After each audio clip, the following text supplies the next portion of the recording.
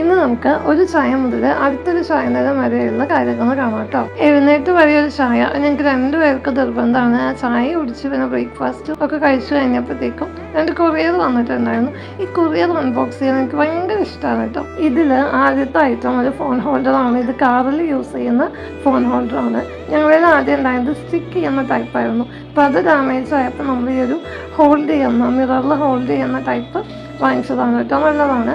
പിന്നെ രണ്ടാമത്തെ ഐറ്റം ഈ ഒരു ബോട്ടിൻ്റെ സ്മാർട്ട് വാച്ചാണ്. ഇത് അർജുന് വാങ്ങിയതാണ്. ഇതിൻ്റെ ഫീച്ചേഴ്സും കാര്യങ്ങളൊക്കെ അടിപൊളിയാണ്. എനിക്കിതിൻ്റെ ഈ ഒരു ഷെയ്ഡ് ഭയങ്കര ഇഷ്ടമായി കേട്ടോ. ഒരു ടീൽ ബ്ലൂ ഒക്കെ പോലത്തെ ഒരു ഷെയ്ഡാണ്. നല്ല രസമുണ്ടായിരുന്നു കാണാൻ. പിന്നെ ഞങ്ങൾ അതിനെ ഫോണായിട്ട് കണക്ട് ചെയ്തതും കാര്യങ്ങളൊക്കെ കഴിഞ്ഞ് എൻ്റെ കയ്യിൽ കിട്ടി. എന്നെ തന്നെ കോൾ ചെയ്ത് അതിൻ്റെ കാര്യങ്ങളൊക്കെ ടെസ്റ്റ് ചെയ്തപ്പോൾ എനിക്ക് അങ്ങോട്ട് സമാധാനമായി. പിന്നെ നമ്മൾ തിരുമ്പാനിട്ട് ചെയ്യുന്ന തുണിയൊക്കെ മെഷീനിൽ നിന്ന് എടുത്ത് തോരിടാനുണ്ടായിരുന്നു. ഞങ്ങൾ അവിടെ എങ്ങനെയാ കേട്ടോ പറയുക, അലക്കാൻ നല്ല തിരുമ്പാനിടുക ആൻഡ് അത് ഉണക്കാനിടുന്നതിന് തോരിടുക എന്നാണ് പറയുക. ഉച്ചത്തെ ഊണൊക്കെ കഴിച്ച് മറ്റും ഊണ് കഴിക്കുമ്പോൾ അധികം ഇങ്ങനെ ഒരു മൂവീസ് വയ്ക്കും കേട്ടോ. അതധികം കോമഡി മൂവി ആയിരിക്കും, അല്ലെങ്കിൽ ഏതെങ്കിലും നല്ലൊരു മൂവി ആയിരിക്കും. പിന്നെ ഉച്ചയ്ക്ക് കുറച്ച് നേരം ഉറങ്ങി, ഞാൻ കുറച്ച് നേരം പഠിച്ചു.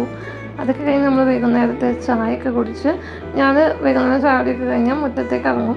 അങ്ങനെ ഞാൻ മുറ്റത്ത് വെക്കുമ്പോൾ അതാ വരുന്നു. ആരാണ്? നമ്മുടെ സ്വന്തം ബ്യൂട്ടീഷ്യൻ ചേച്ചി. ഇതാണ് രാഗ ചേച്ചി. ചേച്ചിയാണ് എനിക്ക് ത്രെഡ് ചെയ്ത് തരാറ്. ചേച്ചി ചെയ്താലേ എനിക്ക് തൃപ്തിയാവൂ എന്നുള്ളതാണ്. ചേച്ചി തന്നെയാണ് കേട്ടോ എൻ്റെ കല്യാണത്തിൻ്റെ മേക്കപ്പൊക്കെ ചെയ്ത്. അങ്ങനെയാണ് എനിക്ക് ചേച്ചീനെ കിട്ടുന്നതും. എൻ്റെ മുഖം ഭയങ്കര ഓയിലി ആയതുകൊണ്ട് പൗഡർ ഇട്ട് നിറച്ചേക്കും കേട്ടോ മുഖം. അതത് ചെയ്യാൻ പറ്റുന്നുണ്ടായിരുന്നില്ല. അങ്ങനെ ത്രെഡിങ്ങൊക്കെ കഴിഞ്ഞു. ഇന്നത്തെ കാര്യങ്ങൾ അത്രയേ ഉള്ളൂ കേട്ടോ. ബൈ.